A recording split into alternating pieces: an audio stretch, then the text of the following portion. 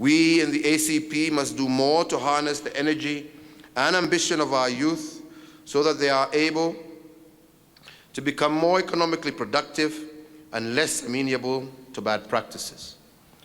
The task of harnessing the potential and preparing our countries to be recipients of one of the greatest shifts in investment in human history does not belong to the ACP alone, even though we, the ACP leaders, have the greatest responsibility.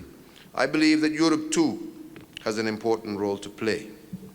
After all, an ACP that is able to be the engine of growth for the world will be the engine of growth for thousands of European companies.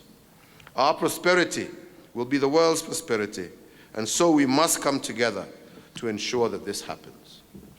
We in Kenya are fully convinced that our young people will lift us to heights that we have not reached before, and we are making the right investments to back up that conviction.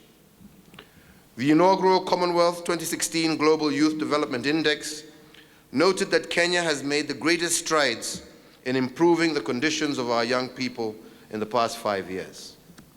Of the 9 world regions, the sub-Saharan African countries, which boast of having the youngest population in the world, recorded the greatest improvement in its overall youth development, and this was followed by Asia Pacific, Central America, and the Caribbean. While conditions in large parts of these regions are generally speaking still poor, the fact that there is rapid improvement in the Global Youth Development Index is a clear indication that we are moving in the right direction.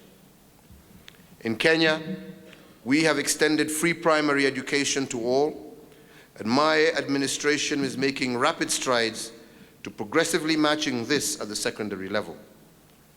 We have strengthened the integrity of our exams and their affordability on the understanding that fairness in educational opportunity makes for greater hope for our children.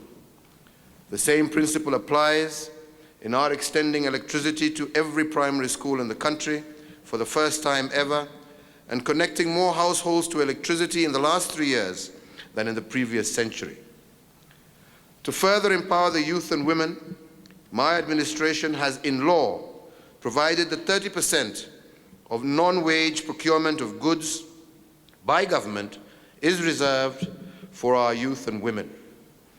This opportunity has led to the establishment of thousands of small businesses by our youth, and it is again with our youth in mind that we have accelerated our investment in infrastructure to connect production and market areas for the products produced by our hardworking youth.